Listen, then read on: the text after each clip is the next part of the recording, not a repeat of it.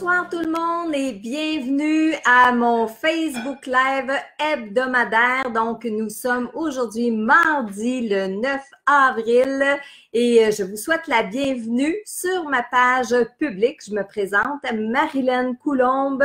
Je vous inspire et je vous aide à développer votre intuition. Alors, tranquillement comme ça, je vous laisse vous joindre à moi. Je ne sais pas si vous faites partie de ceux qui viennent de retrouver l'électricité dans le coin où vous êtes. Pour ma part, ce soir, ça se peut que vous entendiez du bruit dans la maison. Pourquoi? Ben parce que j'ai accueilli des sinistrés aujourd'hui, hein, si on peut dire ça comme ça. En fait, c'est mes enfants et ils restent à Repentigny. Puis à Repentigny, ben, il y a beaucoup de places qui n'ont pas l'électricité et Mascouche aussi. Donc, ce soir, la maison est pleine. Ça se peut que vous entendiez des bruits, ça se peut que vous entendiez un grand-papa par-ci, grand-papa, grand-maman par-là. Donc, mais moi, je suis avec vous ce soir. À la maison où on est, nous, on a l'électricité. Et je vous donne mon Facebook Live de ce soir. Alors, est-ce que les défunts, vous croyez que les défunts se manifestent plus facilement? Oh, j'ai oublié, OK, Michel me fait une face. Bonsoir, Michel. Bonsoir, Marilyn. J'étais en train de l'oublier. Donc, est-ce que les défunts, notre sujet de ce soir, est-ce que vous croyez que les défunts se manifestent plus facilement à la noirceur? C'est ce qu'on va voir ensemble. J'ai des réponses pour vous. Mais tranquillement comme ça, comme je vous ai dit, je vous laisse arriver. On est moins que d'habitude, justement, peut-être parce qu'il y en a qui manquent d'électricité, qui n'ont peut-être pas retrouvé leur courant ce soir. Alors, il y a Lise qui est avec nous. On a Manon. Bonsoir, Manon René. Ça, c'est une belle amie à moi. Claudette Mainville. On a Gabrielle Marchand, Lorraine Roy, Michel Rossignol, Lisette Lallemand. J'ai Georgette Francac qui est là presque à tous les mardis. Et vous êtes plusieurs. Je nomme Georgette, mais Lise, elle est là. J'ai Nathalie qui est là aussi tous les mardis soirs. Liette. Ensuite, Nathalie Jannick aussi qui est avec nous, Sylvie, Georgette qui crie youpi. J'imagine que c'est parce que ça fonctionne dans ce coin. Moi, j'ai eu un petit peu peur parce que en m'installant pour faire mon live ce soir, ben, il y avait un petit peu de fioriture dans mon écran. Donc, Internet, l'électricité, etc. Ça se pourrait que ce soir, vous me voyez un petit peu embrouillé par moment. Je pense que c'est tout le réseau qui est un peu comme ça. Donc, Linda, Hélène, Martine, Nathalie, Chantal. Bon, vous êtes presque tous arrivés. Bien, j'imagine que vous êtes beaucoup à être arrivés. Hein? On est presque 200 maintenant. Alors, est-ce que vous avez fait votre bucket list finalement cette semaine? Hein? Est-ce qu'il y en a qui l'ont fait, leur bucket list? Moi, je dois dire que je l'ai faite mardi dernier quand on s'est parlé. Je ne l'ai pas mis au propre dans mon livre encore, mais je vais vous tenir au courant dans les prochains jours, dans les prochaines semaines, parce qu'il y a une des choses que j'ai mentionnées la semaine passée sur ma bucket list qui est en train de se réaliser. Alors, si vous êtes curieux, bien, allez réécouter le Facebook Live de la semaine dernière. Puis ceux qui veulent justement réécouter les anciens Facebook Live, ceux qu'on a fait, ils sont tous conservés. Allez dans la section vidéo à gauche sur ma page publique. Vous allez voir, tous les vidéos sont là. Et celui de la semaine dernière où on parlait de la bucket list, il est là.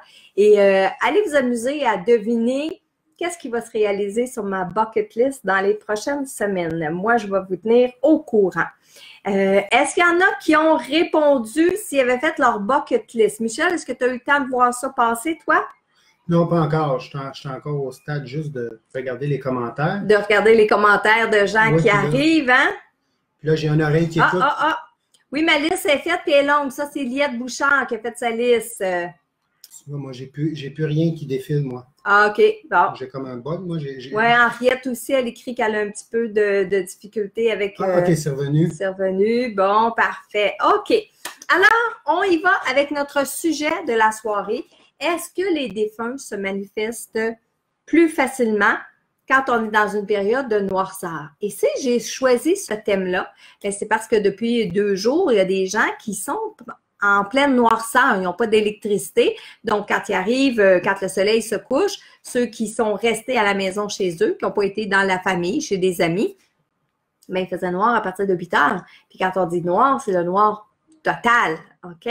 Alors, est-ce que les défunts, les esprits, les fantômes, les entités, est-ce qu'ils se manifestent plus quand il fait noir? Croyez-vous ça, vous? Hein? Répondez-moi dans les commentaires. Est-ce que vous croyez que lorsqu'il fait noir, les défunts se manifestent plus? Pensez-vous qu'il y a plus de phénomènes paranormaux quand il fait noir? OK? Là, c'est pas un phénomène paranormal, c'est mon fils qui vient de passer, là. Avant qu'il y en ait qui capotent. C'est un petit peu anormal, mais pas paranormal.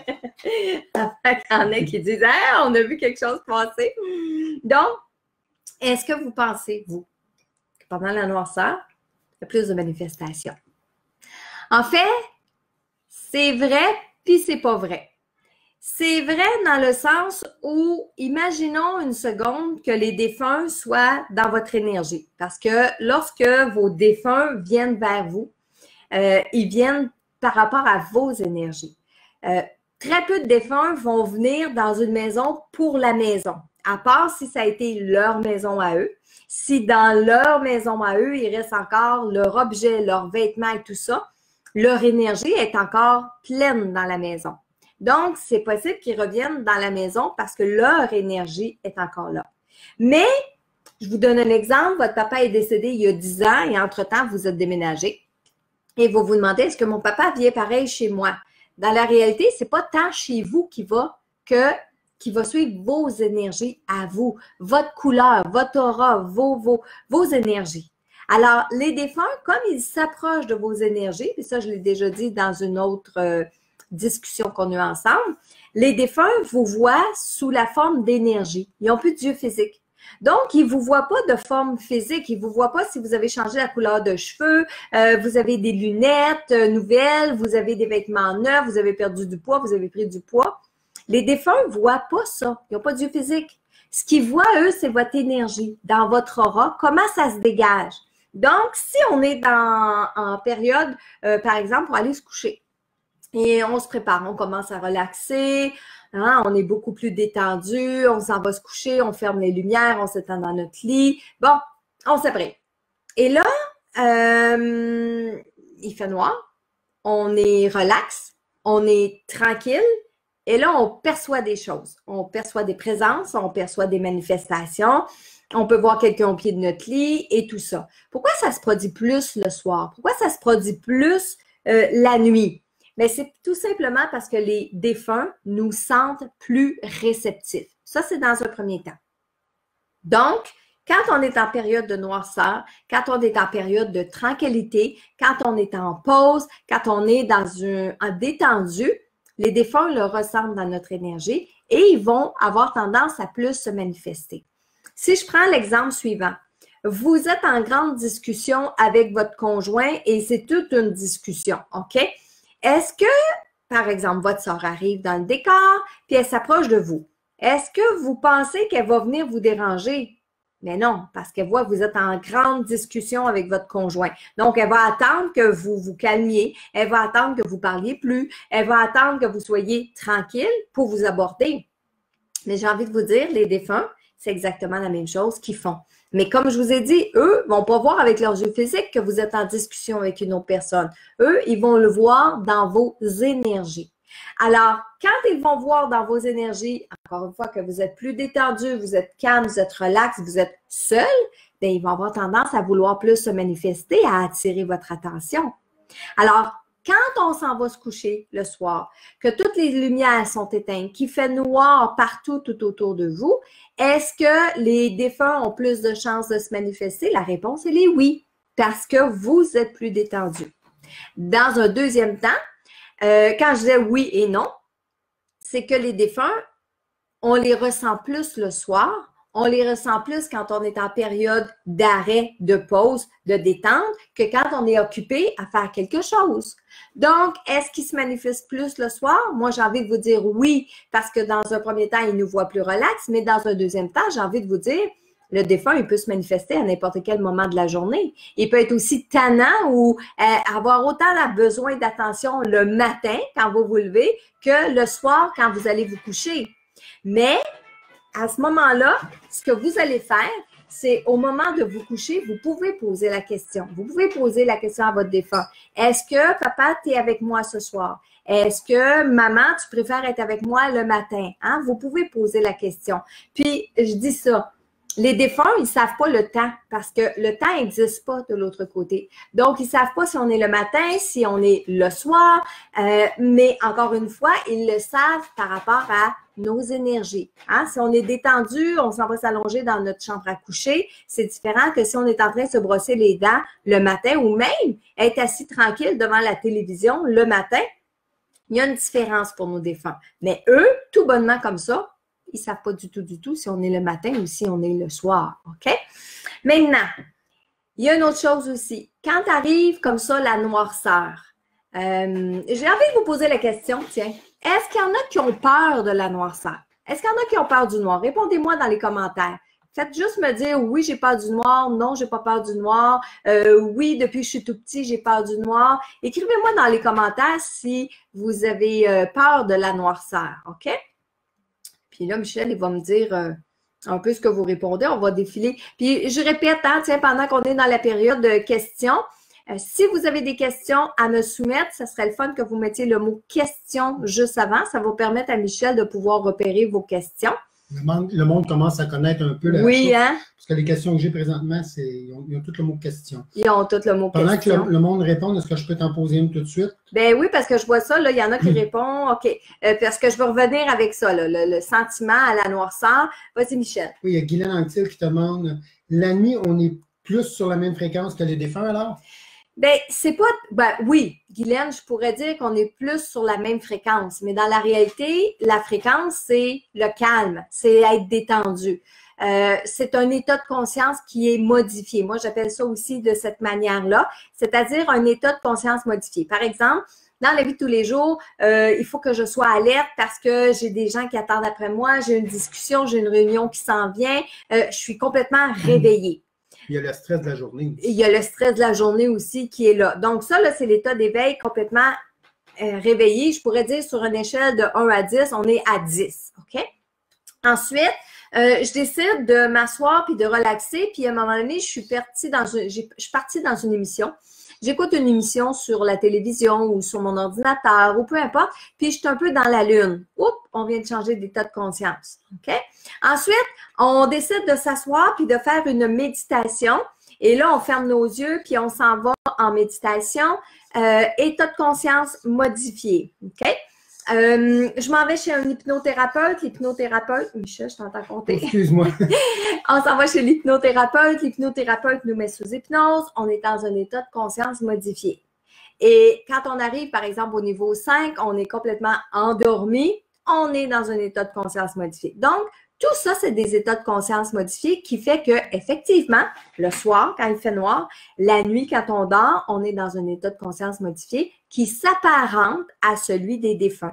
Donc, c'est pour ça qu'on a un peu plus de facilité aussi à les ressentir, à les percevoir, mais eux, c'est la même chose. Ils ont plus de facilité à se manifester parce qu'on est plus ouvert, plus réceptif, plus ouvert. Maintenant, avant que Michel me fasse le décompte parce qu'il est en train de compter, je suis rendu à 27 non, 12 oui. Ah, ben c'est particulier. Je suis surpris, c'est du 2 pour 1. Ben oui, moi aussi, j'aurais pensé. Que parce que là, je suis 59 commentaires en retard. Oui. Si je fais de moyenne, c'est environ du 2 pour 1 pour le non. OK, bon, ben, hey, tant mieux, tant mieux. Moi, je pensais ce soir qu'il y avait beaucoup de gens qui m'auraient dit oui, j'ai peur de la noirceur et tout. En fait, avoir peur de la noirceur, c'est surtout avoir peur de l'inconnu. Avoir peur, curieusement, je lisais aujourd'hui, la peur de la noirceur peut être associée à la peur d'être abandonné, à être laissé pour compte. Il y avait la peur aussi des phénomènes paranormaux, des fantômes, des défunts, des esprits. Okay? La peur du noir, ça suscite ça vient chercher ça à l'intérieur de nous. Mais aussi, ce que je voulais dire tout à l'heure, c'est que quand on est dans la noirceur totale, on est plus réceptif aux phénomènes paranormaux. On est plus réceptif à ce qui se passe dans un monde parallèle. Et c'est bien simple. C'est qu'on a perdu un de nos sens, qui est la vue. Parce que s'il fait noir, ça veut dire que je ne vois plus rien. Alors, si je ne vois plus rien, ce sens-là, il est diminué. Les autres vont être plus importants. Exemple, mon ouïe va être plus important.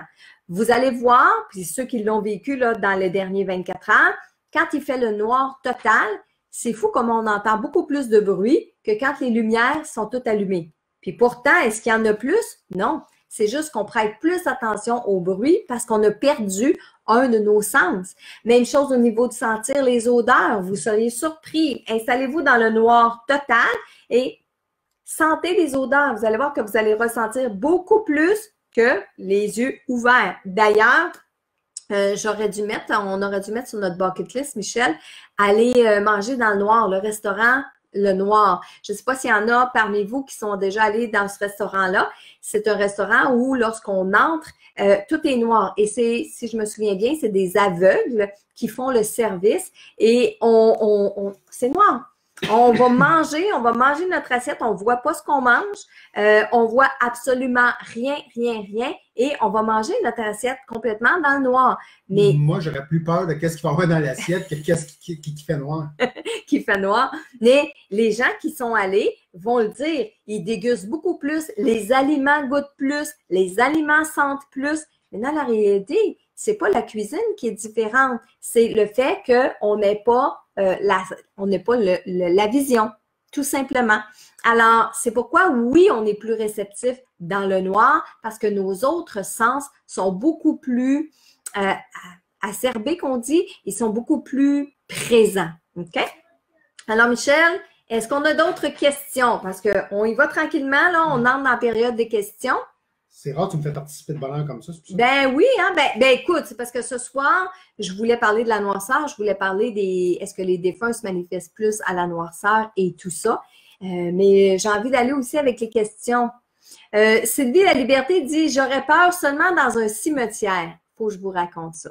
Moi, je suis une fan finie des cimetières. J'aime aller me promener dans les cimetières. Il y a Nathalie Desjardins qui disait pas de danger, un vivant est plus dangereux qu'un mort. C'est vrai. C'est effectif, mais des fois, c'est ça que le monde a peur aussi à noirceur. Oui.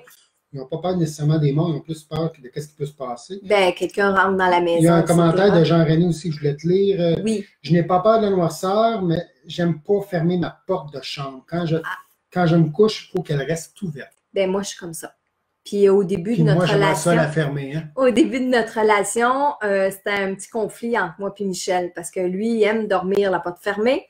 Puis moi, non, je suis pas capable. Il faut que je dorme la porte ouverte. Il faut que j'entende ce qui se passe dans la maison. Il faut que je vois ce qui se passe dans la maison. Ma porte de chambre, moi, est toujours ouverte. Le seul temps, c'est quand on va à l'hôtel, bien sûr. Ça, c'est comme ce soir avec toute la comme la ce marmaille soir, qui est ici, avec toute la marmaille. On va l'entrouvrir, la porte. On va l'entrouvrir. Elle ne sera pas complètement fermée, mais effectivement. C'est pas tant la peur de la noirceur, c'est le fait d'avoir... Moi, c'est une question de contrôle. Je suis une personne qui est très contrôlante. Ah ouais? Oui. Donc, ça peut être une des causes de garder ma porte ouverte, mais Avant que tu rentres dans ton histoire, il y a Georgette Francaire qui demande, quand on fait de la fièvre, est-ce que nous sommes plus réceptifs? Quand on est malade, quand on fait de la fièvre, parce qu'on est plus vulnérable dans le fond. Tout à fait, Georgette. Tout à fait, Georgette. Parce que quand on est en état de fièvre, par exemple, on est dans un état de conscience modifié. On est un peu groggy, comme on dirait, là, surtout si on a pris des médicaments ou dépendamment des personnes. Moi, je prends du sirop. On est plus vulnérable. On est plus vulnérable. Qu'est-ce qu'on avait l'air, moi et toi, dimanche? Qu'est-ce qu'on avait de l'air dimanche en fin d'après-midi. OK? Donc, je reviens avec mon histoire de cimetière parce qu'il y a quelqu'un qui disait, bon, elle avait peur dans les cimetières, juste dans les cimetières à noirceur. Il y a un soir, moi j'aime les cimetières. J'aime aller me promener dans les cimetières pour un paquet de raisons. Premièrement, parce que c'est calme, c'est serein dans la plupart des cimetières. Je suis intéressée à lire les pierres tombales. Je suis intéressée à voir ça fait combien de temps que la personne est décédée, quel âge elle avait, les noms, ressentir dans le cimetière. Est-ce que je sens des présences? Est-ce que j'ai des contacts avec des défunts? Est-ce que je parle avec des gens? Moi, c'est un petit peu comme ça que j'aime ça. Et un soir, c'était la première fois qu'on faisait ça. On est allé dans un cimetière qui était complètement ouvert parce que souvent, les cimetières ferment leurs portes après 6 heures le soir ou après 8 heures le soir, ce qui est tout à fait normal. Mais dans la ville où on était en Ontario. Dans la ville où on était, il n'y avait pas de barrière. Alors, on pouvait se promener dans le cimetière à la nuit tombée. Alors, on décide d'y aller, une de mes amies, Michel et moi.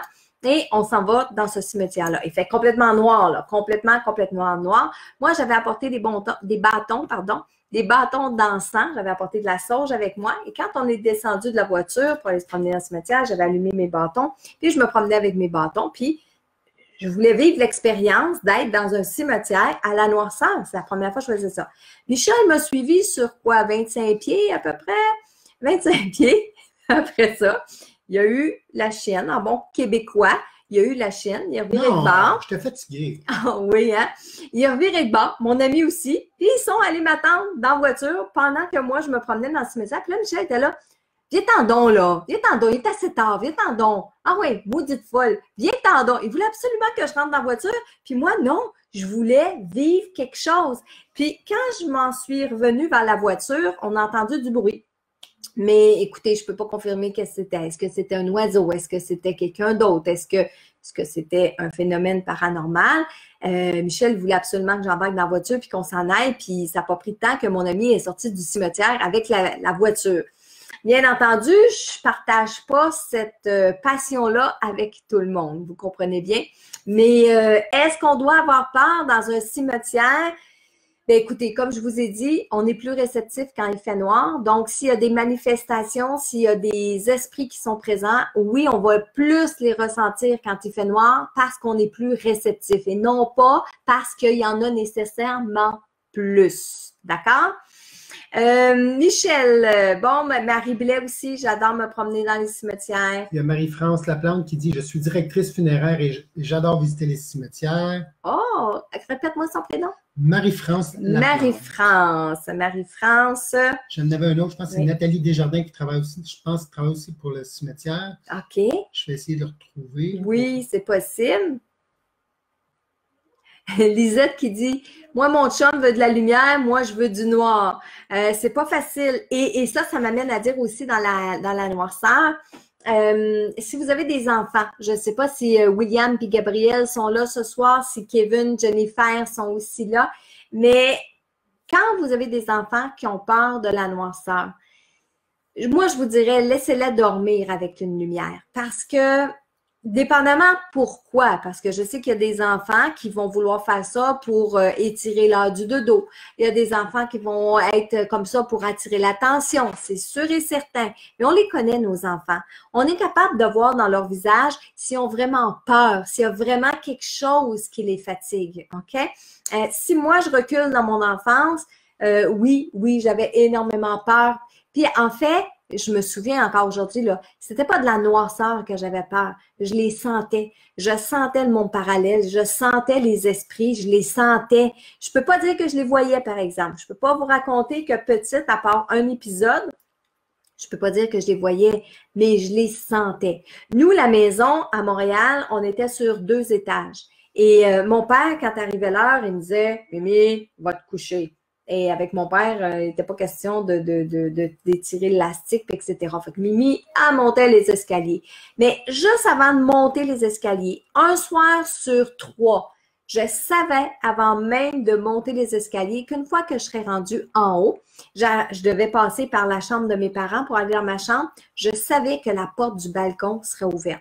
Et quand je vous parle de la porte du balcon, mes parents ne l'ouvraient pas. Elle s'ouvrait toute seule. Il n'y avait pas personne. Mais une fois sur 3, j'étais en bas. Puis juste avant de monter les marches, là, j'avais le cœur qui faisait ça, là, puis j'avais l'intuition. Puis je savais que j'allais monter, puis que j'allais retrouver la porte ouverte. Et il y a même des soirs, je me rappelle de ça, les soirs, je montais, je faisais pas de bruit, j'arrivais dans le haut des marches, je voyais la porte un peu plus loin ouverte, je me couchais dans le haut des marches, puis je m'endormais là. Et c'est mon père, quand il finissait par monter, se coucher, qui me prenait dans ses bras, puis qui allait me coucher dans mon lit. Mais je restais là, j'avançais même pas, je passais même pas par la chambre de mes parents tellement j'avais peur. C'était viscéral à l'intérieur de moi. Mais je vous l'explique aujourd'hui, je suis capable de mettre des mots sur cette peur-là. C'était pas la peur qu'il y ait un voleur, un bandit. Je savais qu'il y avait autre chose. Alors, quand vous avez des enfants qui ont peur, laissez-les dormir avec une veilleuse, laissez-les dormir avec une lampe, la lumière du passage ouverte. Donc, En autant que la lumière vous dérange pas, vous, laissez une lumière à vos enfants. OK? C'est pas grave même s'ils dorment avec une lumière. Par contre, ce que je conseille moins, c'est de laisser la télévision ouverte pendant toute la nuit ou de laisser la radio ouverte pendant toute la nuit à vos enfants. Parce que c'est prouvé, quand vous dormez, même vous, là, les grands, quand vous dormez, si vous laissez la télévision jouer, si vous laissez la radio jouer, votre cerveau ne dort pas. Votre cerveau est porté à écouter tout ce qui se passe à la radio, tout ce qui se passe à la télé. Le subconscient, la même chose. Le subconscient va enregistrer tout ça. Alors, ça prend énormément de votre énergie, puis c'est la raison pourquoi vous êtes beaucoup plus fatigué par la suite. Donc, lumière allumée, puis ça peut être aussi temporairement pour l'enfant, c'est-à-dire le temps de s'endormir, puis après, quand vous allez vous coucher, vous la fermez, puis l'enfant, il s'en rendra pas compte, il va se réveiller demain matin avec la lumière du jour. Mais moi, je vous dis d'écouter vos enfants parce que il y en a qui ont peur parce qu'ils ressentent des choses. Ils peuvent vraiment voir des choses. Ah oui, oui. Les enfants sont encore plus allumés, plus ouverts. Ils peuvent ressentir les choses. OK? Bon. Il y a Claire Brabant qui dit « Je suis allée à Lourdes de nuit avec mes amis. Moi, j'étais tellement excitée de l'énergie de nuit que j'ai fait peur à mes amis. » Mais je vous crois. On n'est pas retourné dans un cimetière la nuit depuis l'Ontario, celui de l'Ontario, hein? Non. On a tellement fait. C'est ça, on a tellement fait, là. Peut-être à côté de l'ancienne maison où on restait. Ah, ben non, on est allé, hey, c'est pas vrai. Tu te souviens, on est allé à Salem. Ah ouais, ben à Salem, moi, mais ça, c'était à l'Halloween, c'était pas ouais, mais on y avait été le soir. Oui, mais il y avait tellement de monde dans les rues, c'est pas comme si... Oui, c'est vrai. Mais on avait eu un... à côté de Pierre Tombal prendre des photos. Oui. Et c'est vrai, il faisait complètement noir. C'est vrai qu'il y avait beaucoup de monde, mais on avait été dans un cimetière qui était un petit peu plus isolé des gens. On entendait quand même le bruit, là, on voyait les gens passer, mais nous, on s'était isolés dans un cimetière, oui, je me souviens, à Salem. Donc, c'est des expériences. Quand on fait ça avec une protection, avant de rentrer dans le cimetière, on avait fait le rituel de la lumière blanche autour. Quand c'est fait avec respect, on allait dans le cimetière pas pour rire des gens, pas pour faire des mauvais coups, ni rien de ça. Puis d'écouter notre ressenti parce que si on s'en va dans un cimetière puis on n'est pas bien, qu'il fasse jour, qu'il fasse nuit, si on n'est pas bien, il faut partir de là parce que ça veut dire que les défunts sont peut-être collés dans nos énergies, sont peut-être après nous autres. Alors, non, il ne faut pas rester là. Alors, à ce moment-là, on sort tout simplement du cimetière. Donc, est-ce que, Michel, on a des questions? J'en ai une ici de Cathy. Je ne l'ai pas vu, fait que je te pose live. De Cathy qui dit quelle pourrait être la raison des rêves fréquents de mon père décédé depuis 3 ans? Est-ce que j'essaie trop d'être en contact? Est-ce qu'il essaie d'être en contact avec moi? Que puis-je faire? OK. Que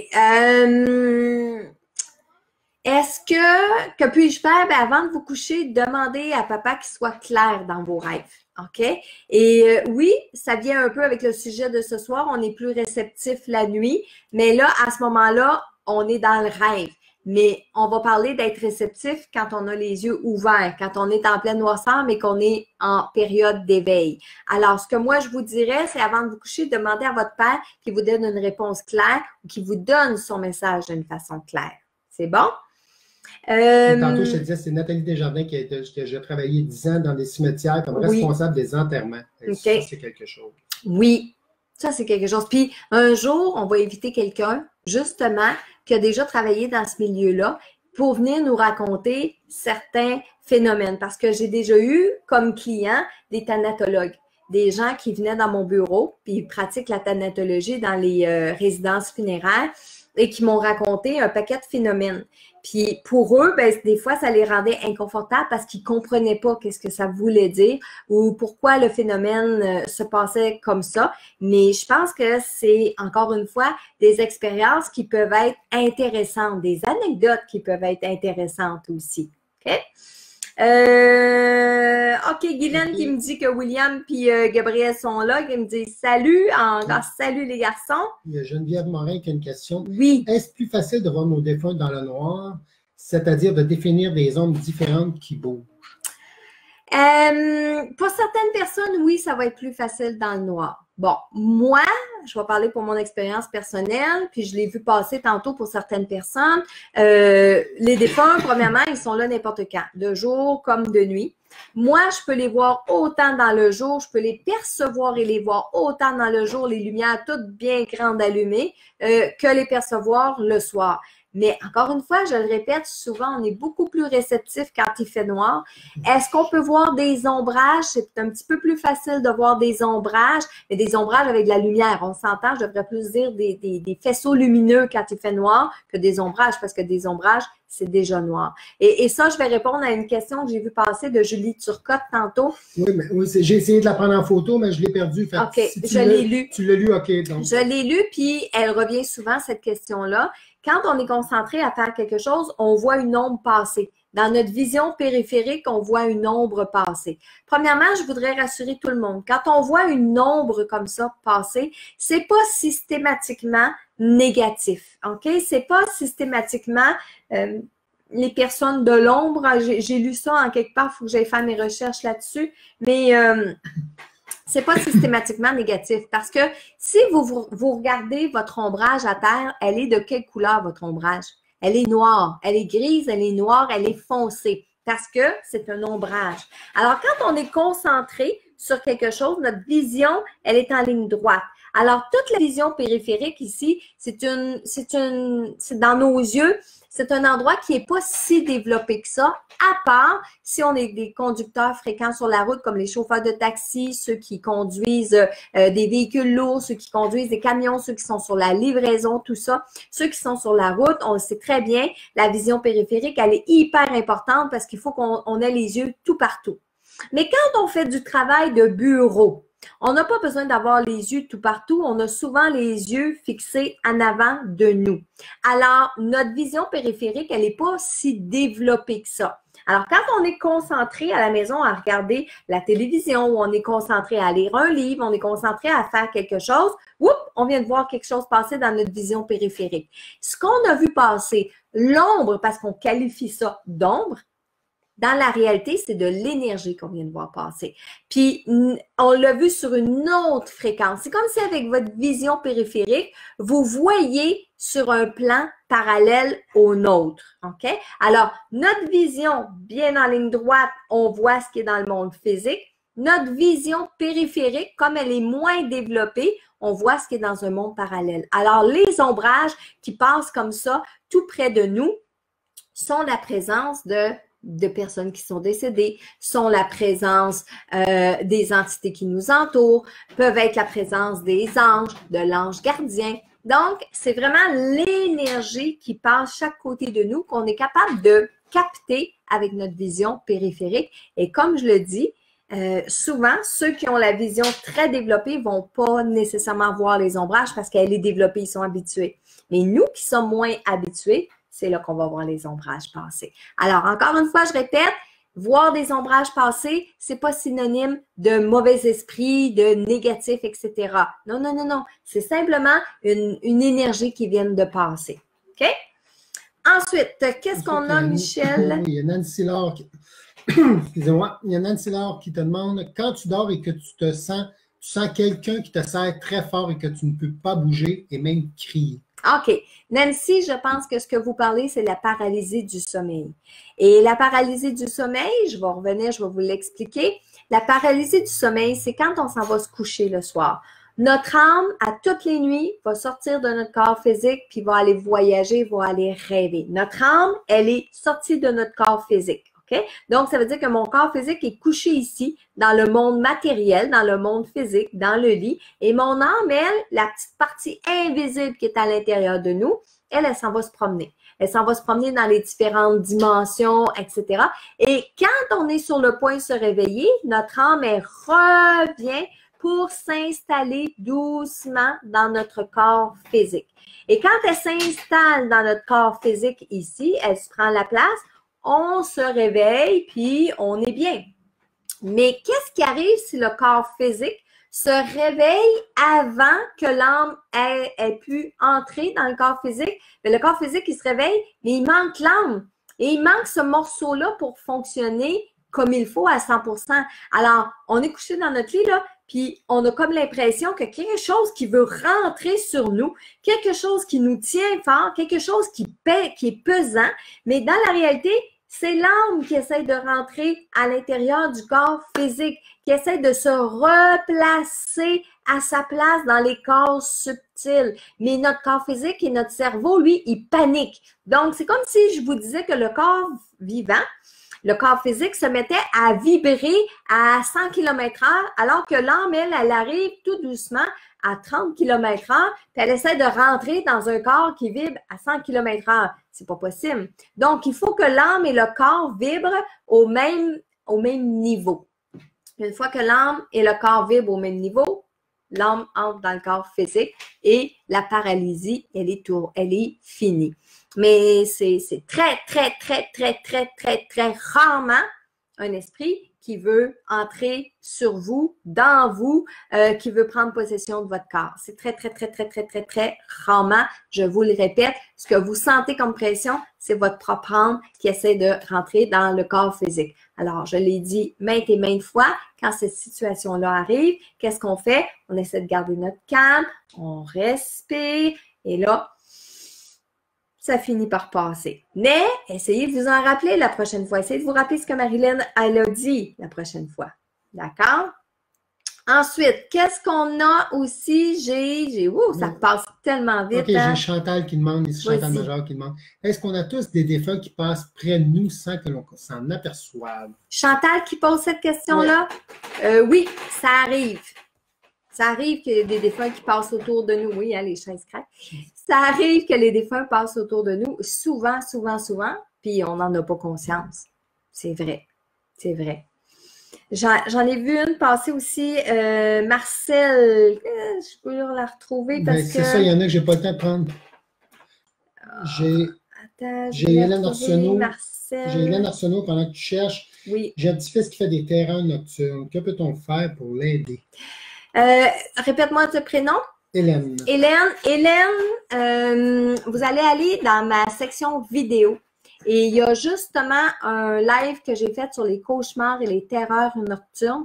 Je vais vous répondre, mais vous irez écouter la vidéo parce que c'est une vidéo qui a été faite, une discussion qu'on a eue juste sur ça, les terreurs nocturnes et les cauchemars. Une terreur nocturne, je l'explique rapidement. Une terreur nocturne, c'est notre âme qui, on n'est pas complètement réveillé. C'est comme je vous parlais tantôt, l'âme qui revient dans le corps humain, ok?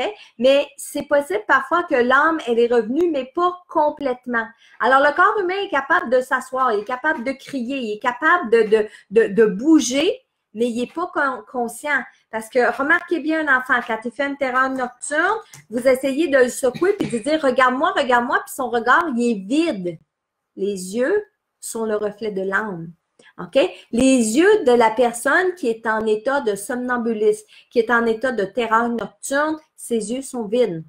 Donc, ça veut dire qu'il y a juste une partie de l'âme qui habite le corps humain et c'est le corps humain qui est en anxiété. Parce que l'âme, elle vit des choses, elle le voit très bien. L'âme voit très bien les araignées, les bébites, les monstres, ce qui est dans un monde parallèle, en fait.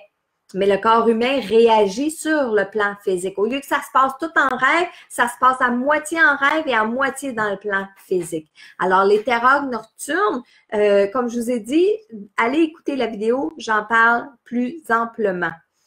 Michel, est-ce que tu as retrouvé la question de Marcel? Parce que je la trouvais intéressante, je l'ai vu passer vite, puis j'ai pas eu le temps. Attendez, et Marcel, j'irai répondre. Ou Marcel peut peut-être reposer sa question parce que comme ça, on pourrait la reprendre au vol. La reprendre au vol, effectivement. C'était Marcel Femme? Marcel Femme. OK, parfait. Si elle peut reposer sa question, je vais essayer de la prendre au vol.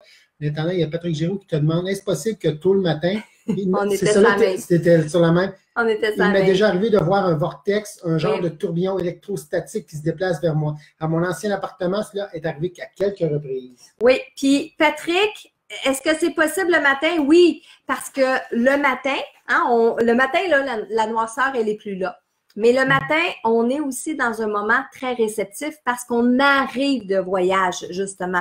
Notre âme, elle arrive du monde parallèle pour rentrer dans le corps physique. Lui, le corps physique, là, il n'est pas tout à fait réveillé quand on ouvre nos yeux le matin. Donc, le corps physique, lui, en n'étant pas tout à fait réveillé, quand l'âme arrive dans le corps, puis là, les deux, bon, quand on ouvre nos yeux, on peut percevoir des choses, encore une fois, qui sont dans un monde parallèle. Et là, on perçoit avec notre âme. Moi, je dis tout le temps les yeux de notre âme ou les oreilles de notre âme. Vous vous réveillez parce que vous avez entendu votre nom et il n'y a pas personne dans la maison. Vous vous êtes réveillé parce que vous avez entendu le téléphone. Il n'y a pas de téléphone, le téléphone n'a pas sonné. Vous avez entendu la porte d'entrée, il n'y a personne à la porte d'entrée. Est-ce que c'est avec vos oreilles physiques que vous avez entendu? Non. C'est avec vos oreilles astrales. Même si vous êtes réveillé depuis quelques minutes puis vous tournez dans le lit, ce que vous allez entendre n'est pas forcément dans le plan physique, dans le plan terrestre, peut être dans un monde parallèle. Bon, j'ai retrouvé la question de Marcel qui te demandait. Donc, sa question était, la noirceur dans un sol, est-ce encore pire? C'est ça, j'avais vu. Donc, est-ce que la noirceur d'un sol est pire que... Marcel, c'est pas tant la noirceur du sous-sol que le sous-sol en lui-même. Je vous explique. On entre dans une maison, la maison, elle a des vibrations. On dit souvent que la maison, elle a une âme. Moi, je le croirais, mais c'est pas une âme comme un être vivant. Okay? C'est une âme de manière à dire l'énergie de la maison. Okay? Et quand on entre dans une maison, la plupart du temps, on aime mieux être au premier étage ou au deuxième étage. Les sous-sols, quand on s'en va là, c'est pour écouter un film, faire du cocooning. Tu sais, quand on s'en va dans un sous-sol, énergétiquement, c'est plus bas. Pourquoi? Bien parce qu'on est sous la terre. On est sous le niveau de la terre. Alors, automatiquement, quand on est dans un sous-sol, il y a davantage de phénomènes paranormaux qui se produisent dans ces endroits-là. Encore une fois, je répète, parce que c'est un endroit qui est sous le niveau du sol. Dans un premier temps, c'est toujours plus frais dans un sous-sol, donc toujours plus froid. Plus froid, bien, les entités qui sont mal commodes aiment les énergies qui sont plus denses, qui sont plus lourdes, qui sont plus pesantes, les énergies qui sont plus froides aussi. On retrouve tout ça où? Dans les sous-sols. Ceci dit, ça ne veut pas dire que tous les sous-sols sont hantés par des esprits, là. Allez pas penser ça, là. Je veux pas faire peur à tout le monde. Mais combien d'entre vous, quand vous descendez dans le sous-sol, même si c'est en plein jour, même s'il y a des fenêtres dans le sous-sol, combien d'entre vous, vous descendez puis vous remontez rapidement? Combien d'entre vous faites ça? Moi, la première, je le faisais quand j'avais un sous-sol.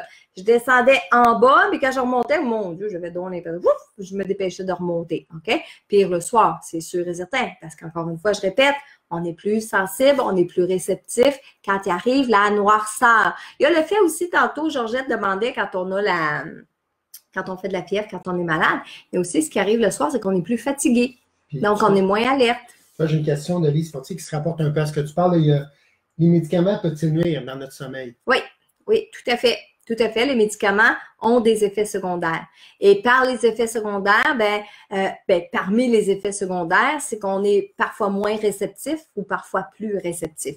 On est parfois plus malade avec des médicaments que si on n'en prend pas de médicaments. Alors, le fait d'être plus malade, on devient plus vulnérable. Donc, plus vulnérable veut dire plus réceptif par moment, oui, mais il y a d'autres moments, il y a des médicaments qui coupent complètement, je pense par exemple aux antidépresseurs, qui coupent complètement les sensations des émotions. C'est fait pour ça, c'est fait pour stabiliser nos humeurs, c'est fait pour stabiliser les émotions. Donc, on devient moins sensible et quand on est moins sensible, bien, on est moins réceptif à ce qui se passe dans un monde parallèle, puis justement à ce qui nous entoure.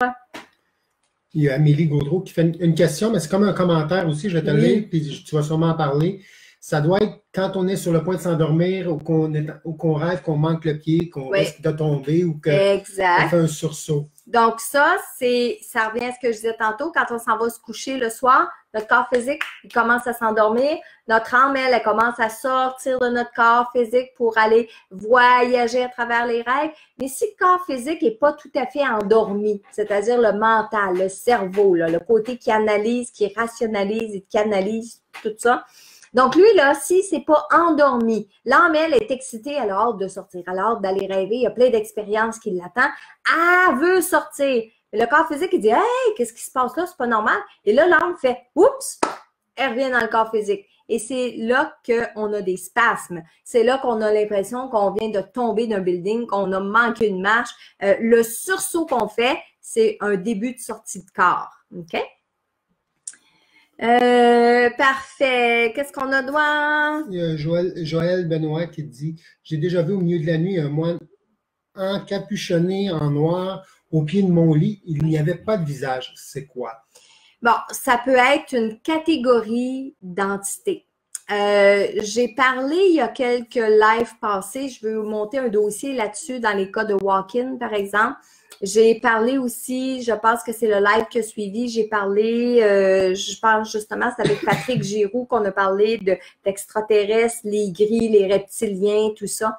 Il y a des catégories d'êtres qui ne sont pas des êtres humains. Hein? La plupart du temps, moi, je parle de deux catégories d'êtres de lumière, c'est-à-dire les anges puis les défunts. Moi, c'est avec ces catégories-là que je travaille, c'est avec ces catégories-là que je communique. Les anges sont des êtres de lumière dans une catégorie différente des humains qui deviennent des défunts.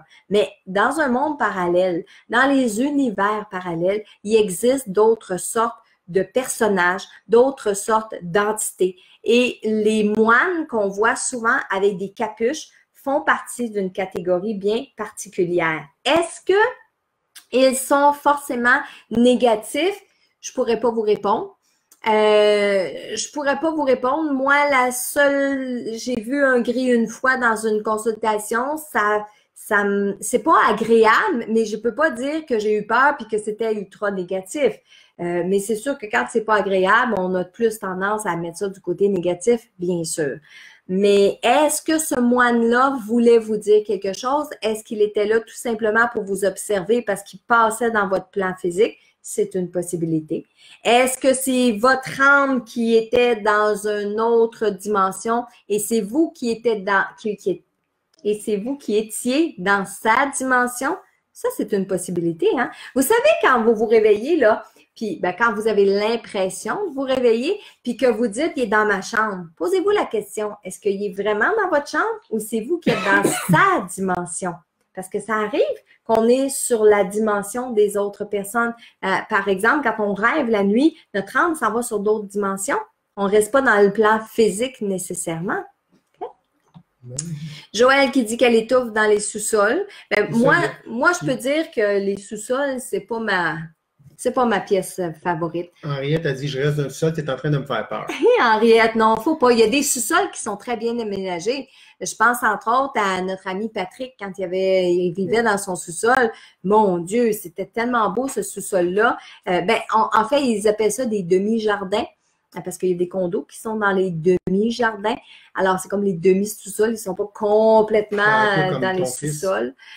Oui, Anthony habite dans le bas du maison, mais c'est un rez-de-chaussée. Il y a juste une chambre qui est un peu plus... Exact. Hein? Mais là, on parle de vraiment les sous-sols, encore pire, les caves.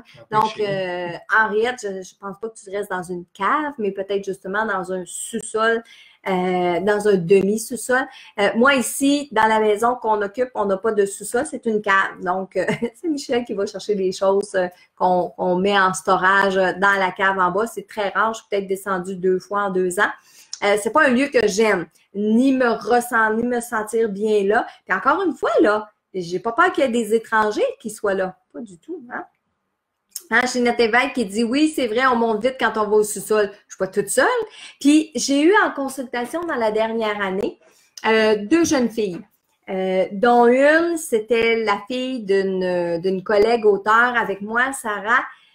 Sa fille voulait pas aller dans le sous-sol, puis elle aimait pas ça, puis elle disait à sa mère, quand elle allait dans le sous-sol, il y avait une partie du sous-sol en particulier où elle ne voulait pas aller. Et on a parlé, elle est venue en consultation, cette jeune fille-là, avec sa mère, puis on s'est mis à parler, puis effectivement, et là, je le voyais dans son visage, ce qu'elle voyait dans le sous-sol, ce qu'elle percevait, c'était pas des caprices, puis c'était pas comment on dit ça, là, du virage d'enfants, là, pas du tout. Hein? Les enfants, je vous répète, Ils sont souvent beaucoup plus réceptifs que nous, les adultes, en plus. Forcez pas vos enfants à aller dans un sous-sol ou descendez avec eux. OK? Bon, Lise Desfossés, elle sent bien quand elle descend au sous-sol. Bien, probablement que les énergies, Lise, dans votre sous-sol sont impeccables. Et ça y fait aussi, hein? Si on a un beau sous-sol bien aménagé puis qu'on est bien dans le sous-sol, pas de problème. Mais c'est souvent les sous-sols qui sont laissés pour compte, les sous-sols qui sont mal aménagés, les sous-sols qui servent de chambre à débarras. C'est ce qu'on voit aussi souvent dans les films d'horreur, ça se passe souvent dans les sous-sols. Donc, c'est un petit peu un mythe. Un peu cliché, si on veut. C'est ça. OK? Il y a Manon qui te demande pourquoi tu as si peur que ça dans les caves.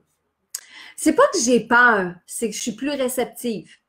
C'est comme si Comme si tu te branchais direct. Exact. C'est comme si je me branchais direct. Au lieu d'être en Wi-Fi, tu es branché en réseau. C'est ça. Au lieu d'être en Wi-Fi et d'en capter juste 3-4, c'est comme si tu es branché direct. J'étais branché direct puis que là, je pouvais tout percevoir. Je suis pas à l'aise. Je suis pas à l'aise. J'ai pas peur dans un sous-sol, mais je suis pas à l'aise. Une question de Mumu Marquis. Oui. Est-ce que notre âme, durant notre sommeil, peut se diriger vers nos défunts et leur faire part que nous aimerions les ressentir ou les voir? Ben oui, tout à fait. Tout à fait. Quand on se promène la nuit, quand notre âme se promène la nuit, c'est le temps de poser les questions, de poser des questions à vos défunts, puis de demander des messages, puis de les rencontrer. Tout à fait.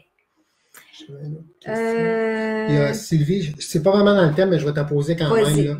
Là. Comment est-ce qu'une personne qui est décédée d'Alzheimer passe de l'autre côté?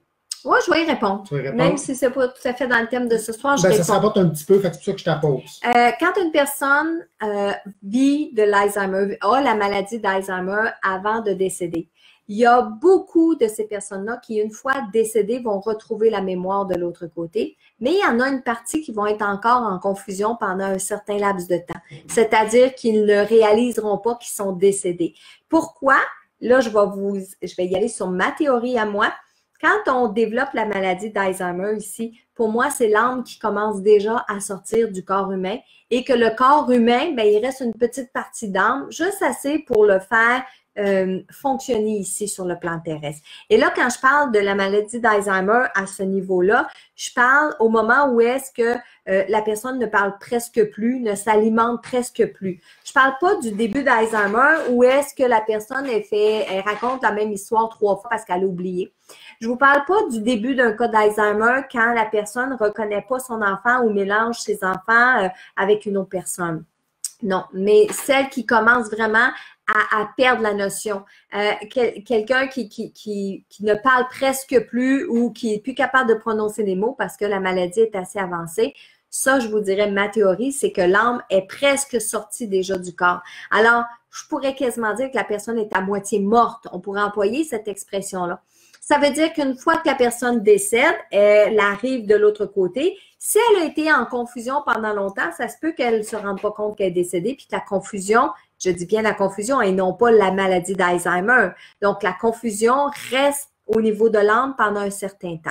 Et après ça, ben, l'âme, elle va atteindre sa lumière, elle va comprendre, elle va réaliser, puis elle va redevenir pas confuse, elle va redevenir consciente. OK?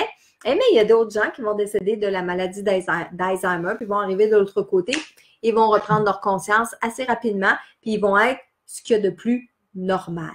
Donc, ça dépend, chaque cas est différent. J'en ai une bonne pour toi de Martine Girard. Vas-y. Ceux qui travaillent dans les mines, ils se retrouvent sous terre, c'est un gros sous-sol. Qu'est-ce qu'on peut retrouver sous terre? Oh my God! Tu dit que c'était une bonne. Oui. Bon.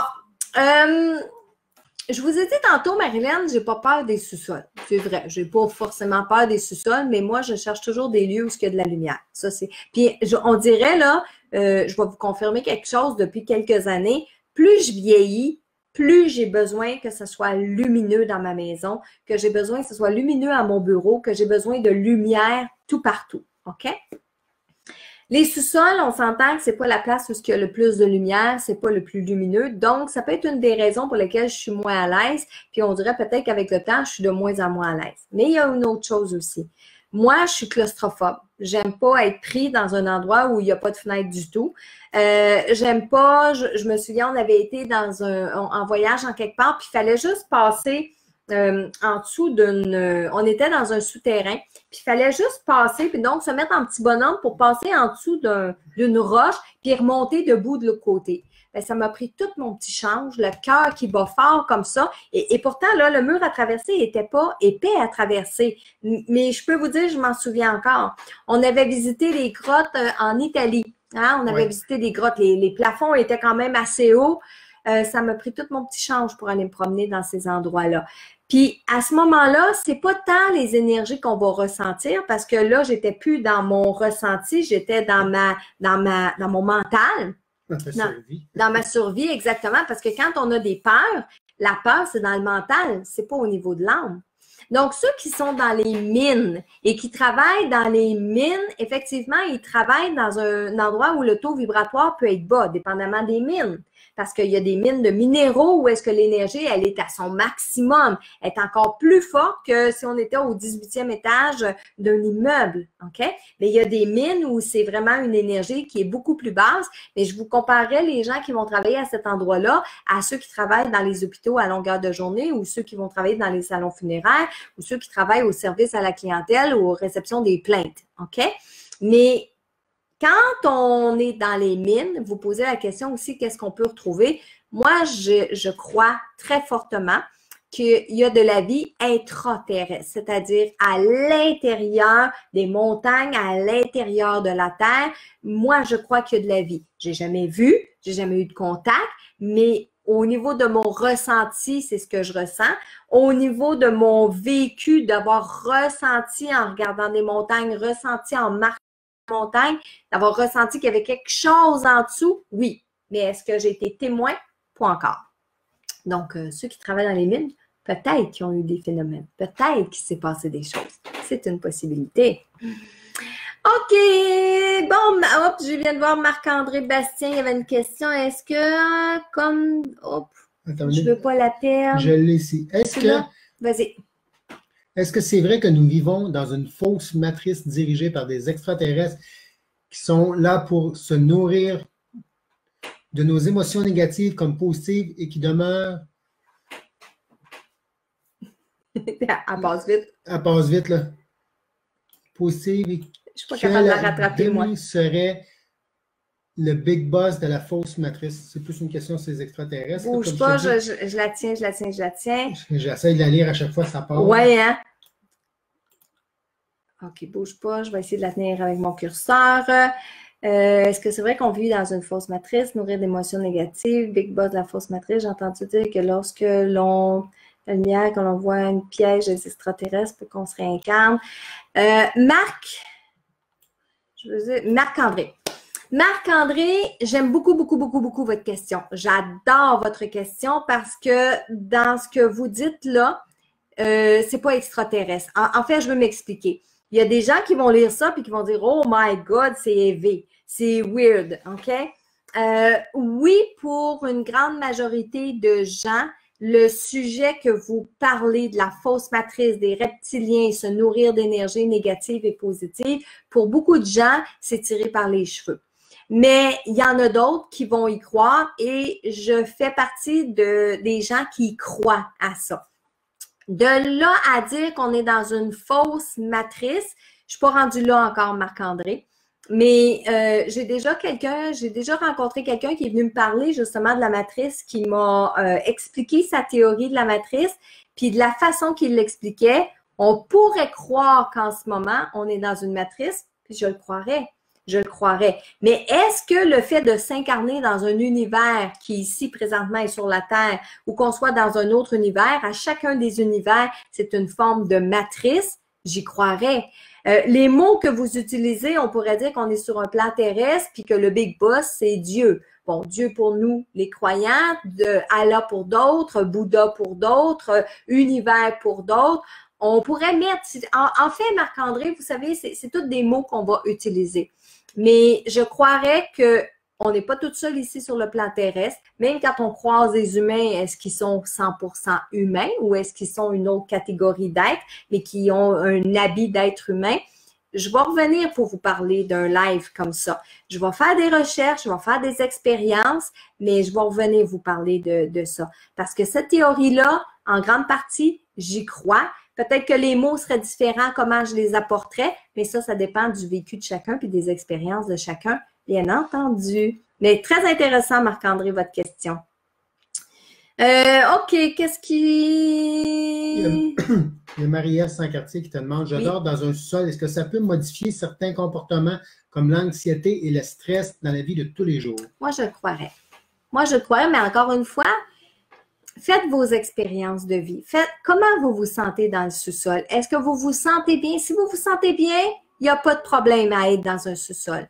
Mais si vous vous sentez pas bien, puis que vous vous demandez si justement, depuis que vous couchez dans le sous-sol, vous êtes plus anxieuse, vous dormez moins bien, vous avez un comportement un petit peu plus déprimant, ben ça pourrait être une des raisons pour lesquelles il faudrait faire le ménage de votre sous-sol et le ménage énergétique et peut-être monter et dormir au premier étage si c'est possible.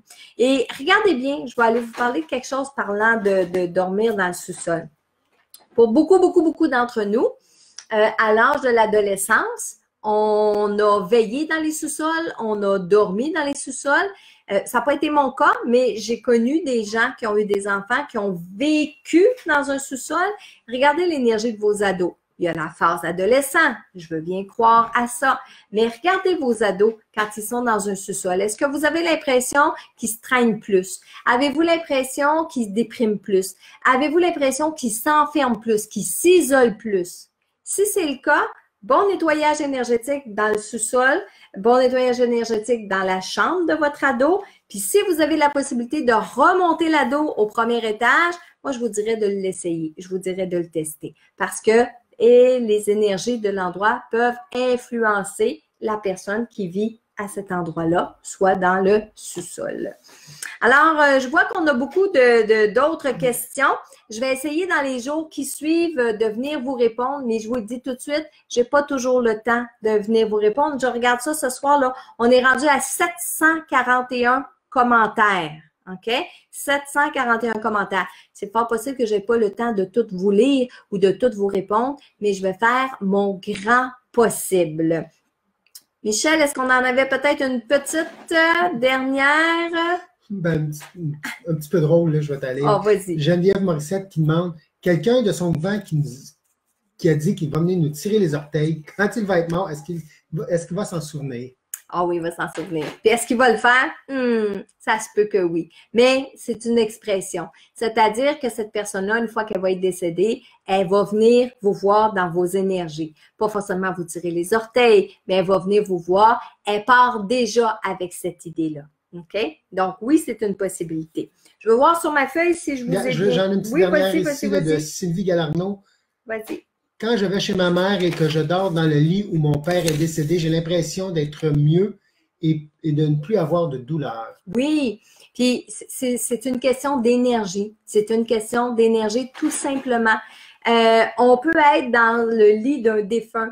On peut être habillé des vêtements d'un défunt puis se sentir ultra bien, alors qu'il y a d'autres personnes qui ne seront pas capables de dormir dans le lit d'un défunt ou dans la chambre d'un défunt ou même de porter les vêtements d'un défunt. Tout est une question d'énergie. OK? Avant de vous laisser, OK, ce soir, je voulais vous parler de quelque chose qui s'en vient. J'ai des bonnes nouvelles à vous annoncer dans les prochains jours. J'ai des projets qui commencent à être en route. Hier, vous le savez, j'ai dû annuler, reporter plutôt la conférence qui devait avoir lieu à mon centre de croissance personnelle, mon centre de développement personnel, parce que il n'y avait pas d'électricité. Donc, j'ai pas pu faire la conférence hier soir. Elle a été remise à demain, mercredi, et il y a des personnes qui ne pouvaient y assister, alors qu'ils ne pouvaient pas changer de journée. On a, je crois, Michel, 5 ou 6 billets de disponibles. Donc, si jamais il y en a qui veulent aller sur mon site Internet, dans la section événements, il reste des billets disponibles pour la conférence de demain. Et si un défunt voulait vous parler, je vous ai dit que sur ma bucket list de la semaine passée, il y a quelque chose qui est en train de se réaliser. J'ai des rencontres la semaine prochaine. Je vais vous revenir avec des nouvelles. Et aussi, je vais probablement avoir quelque chose à vous annoncer dans le milieu de la semaine, cette semaine. Mais d'abord et avant tout, ce que je veux vous dire, c'est que vous vous souvenez à l'automne dernier, je cherche mes mots, à l'automne dernier, je vous ai fait 3 lives où on parlait du passé, du présent, du futur. Ces 3 lives-là avaient comme fond le Club des 12. Donc, le Club des 12, c'est 12 rencontres pendant 12 mois et 12 vérités que je partage avec vous. Eh bien, j'ai eu tellement de demandes parce que vous savez, on a fermé les portes de cette cohorte-là en début de l'année, au début janvier. Je l'ai fermé pour garder le groupe pour les 12 mois qui viennent. Mais j'ai tellement eu de demandes que j'ai pensé rouvrir les portes, ce qui va se faire dans quelques jours.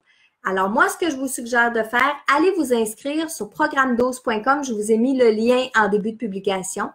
Allez vous inscrire pour être averti aussitôt que ces 4 jours-là vont se présenter. Puis moi, pendant ces 4 jours-là, je vous prépare des cadeaux, je vous prépare des surprises, je vous prépare quelque chose de vraiment particulier et vous ne voulez pas manquer ça. Alors, allez vous inscrire sur le programme12.com. Encore une fois, je l'ai mis dans la publication, le lien. Puis si vous me permettez, j'ai demandé la permission à un des membres du Club des 12 parce qu'on a un groupe privé, le Club des 12 ensemble. Et j'ai demandé la permission de vous livrer son témoignage en lien avec ce qu'elle avait vécu depuis le début de l'année dans ce programme-là. Puis je vais vous le lire. Donc, c'est le témoignage de Céline Bourgeois. Je ne sais pas si c'est avec nous ce soir, mais Céline a écrit sur le Club des 12. Drôle de synchronicité. J'en ai parlé justement à une amie du Club des 12, pas plus tard que mardi passé. Je lui ai parlé du tableau de visualisation, de notre mission de vie, du rêve éveillé que tu nous as fait faire, comment développer notre intuition. Mais ce qui fonctionne le plus pour moi, c'est d'aller chercher les réponses dans mon subconscient et plus j'y vais et plus je reçois les réponses rapidement. Et j'ai eu plein de beaux témoignages comme ça du Club des 12 que je vais vous livrer dans les prochains jours. Je vais les partager avec vous, ça vaut vraiment la peine parce qu'on se demande toujours, est-ce que le travail qu'on fait, ça aide les gens? Moi, de prime abord, quand je fais mes lives comme ça avec vous le mardi soir, c'est pour vous donner plein de renseignements possibles, vous donner des trucs, vous rassurer, parler des choses qu'on peut pas parler avec d'autres personnes, puis ici, on peut en parler très librement. Alors, dans le Club des 12, je leur ai demandé, est-ce que depuis le début de l'année, on a 3 rencontres de fait jusqu'à maintenant, est-ce que vous êtes satisfait? Est-ce que ça vous a apporté quelque chose? Et vous devriez voir toutes les réponses que j'ai eues. Ça m'a fait comme chaud au cœur, ça m'a fait comme « wow ». Et suite à ça, ben, j'ai réellement décidé de réouvrir les portes, mais je vous le dis, je vais les rouvrir juste pour 4 jours. Alors, si vous voulez vous inscrire, ça va être pendant ces 4 jours-là. Mais en attendant, allez vous inscrire sur la liste pour recevoir le courriel pour vous dire quand sera les 4 jours, puis qu'est-ce que je vous réserve surtout pour ces 4 journées-là. Entre-temps, ben, je vais vous souhaiter une belle fin de soirée. J'espère, je nous souhaite à nous tous de retrouver l'électricité, que les pannes électriques, ça soit arrêté, que les gens qui travaillent pour remettre l'électricité puissent aller se reposer. Et nous, on se voit mardi prochain à 20h pour un autre live. Entre-temps, bonne soirée. Bye bye.